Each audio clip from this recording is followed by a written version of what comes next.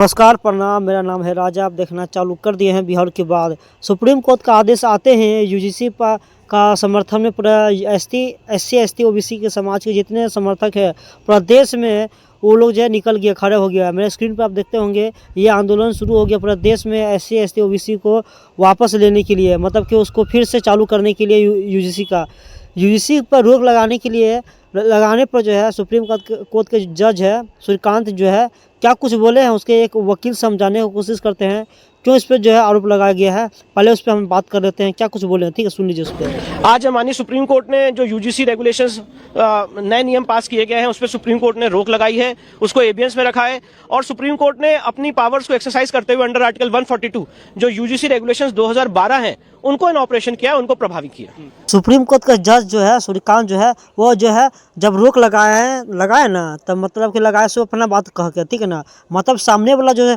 UGC का समर्थक कर रहे थे जो वकील थे उनका बात तक नहीं सुना, बिना बात सुने समझे, ठीक है ना, उस पर बहस भी नहीं हुआ, मतलब बिना बहस किए उनका बात सुने हुए जो है यूजीसी पर रोक लगा दिया, ठीक है ना। लेकिन क्योंकि जज भी जो एक स्वर्ण ब्राह्मण जात के लोग है, ठीक है ना, क्योंकि अपने जात को बिना सोचे समझे प्रत्येक जाति पात का विरोध आवाज़ सुनते हुए इस पर रोक लगा दिया। लेकिन यही सुप्रीम कोर्ट है जब एनआरसी देश में लागू हुआ था बिना सोचे समझे, मतलब इतना 1.5 साल लगा दिए, ठीक है ना, लेकिन वो अपना बात नहीं रखे, ठीक है ना। यही सुप्रीम कोर्ट है जब किसान आंदोलन देश में हो रहा था लेकिन उसका बात नहीं सुना समझा, ठीक है ना, लेकिन एक बार भी उनका बात सुने समझने की कोशिश नहीं किया, लेकिन वो आंदोलन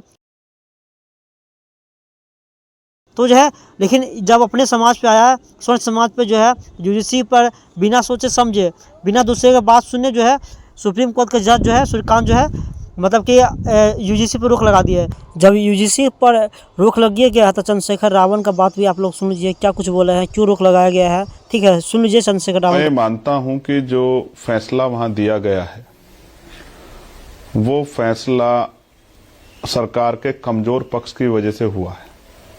अगर सरकार मजबूती से अपना पक्ष रखती और सरकार की कथनी और करनी में फर्क नहीं होता तो फिर वहां स्टे नहीं होता। अगर हम फैक्ट रख पाते कि 118% की वृद्धि और ये प्रयास करते बताने का कि आप ही के द्वारा कहा गया था रोहित वेमुला और डॉक्टर पायल के केस में कि इस पे सख्त कानून जो है बनने चाहिए, तो गाइडलाइन ही बनी है ना, तो अभी तक उस तरह कोई मामला नहीं है। कोई कानून ऐसा जिसका दुरुपयोग नहीं हो सकता, जब उसका प्रयोग होगा तो उसका दुरुपयोग भी होगा।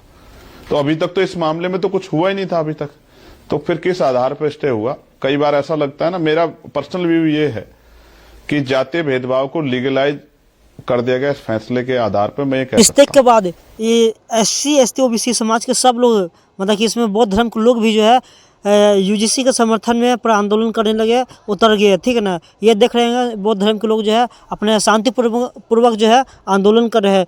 लेकिन जो इस आंदोलन को भी एससी एसटी ओबीसी समाज को जब लोग आंदोलन कर रहे थे कुछ लोग जो है जैसे बजरंग दल के लोग जो है आपको बता रहे हैं कि दिखाएंगे वीडियो दिखाएंगे, वो लोग जो है इस आंदोलन को विफल करने में पूरा आगे कर रहे हैं, ठीक है ना। जैसा कि लोग आरोप लगा रहे हैं कि आप भी सोशल मीडिया पर देखते होंगे यहाँ पुलिस प्रशासन में है भी जो है एससी एसटी ओबीसी समाज के जो आंदोलन पर जो है रोक रहा है। देखिए क्या कुछ बोले। एसटी ओबीसी इन सबको बीजेपी सरकार बजरंग दल कीड़े मकोड़े समझ के रखा है क्या। आज शांतिपूर्वक आंदोलन, शांतिपूर्वक ज्ञापन हम लोगों ने ओमती थाने में रखा था। पहले एसपी साहब ने बोला कि एसपी ऑफिस में काम नहीं होगा ज्ञापन, फिर हमने यहाँ पर रखा ओमती थाने में। यहाँ पे हमने जैसे ही ज्ञापन दिया अपने आप को सर्वा समझने वाले बजरंग दल के गुंडे आकर हमारे कार्यकर्ताओं पे लाठी डंडे तलवारों से हमला कर दिए और इतने सारे हमारी महिलाएं कार्यकर्ता वहां पर बेहोश हो गए। अचानक से उन लोगों के ऊपर हमला हुआ। हम भीमवादी संगठन है, हम लोग हमेशा संविधान की रक्षा के लिए और संविधान में जो लिखा है हम लोग उस चीज के लिए लड़ते हैं। हमने कभी हथियार नहीं उठाया, हम लोगों ने कभी डंडे नहीं उठाए, लेकिन आज बजरंग दल ने हम लोगों के ऊपर लाठी चार्ज करके ये साबित कर दिया है कि कैसे बीजेपी सरकार की क्या मंशा है।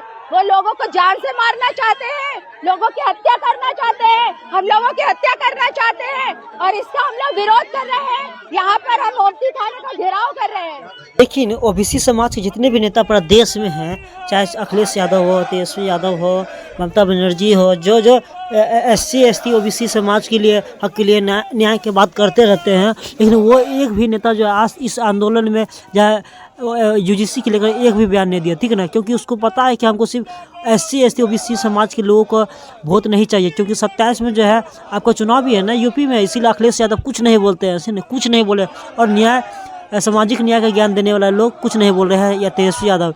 सिर्फ एक ही लोग हमको नज़र आया पूरा आंदोलन में, एक चंद्रशेखर रावण। ये वही आदमी है जो SC ST ओबीसी समाज के लिए संघर्ष कर रहे हैं, लड़ाई लड़ रहे हैं, ठीक है। लेकिन इसका बात एक अकेला लोग की बात कैसे कोई सुनेगा।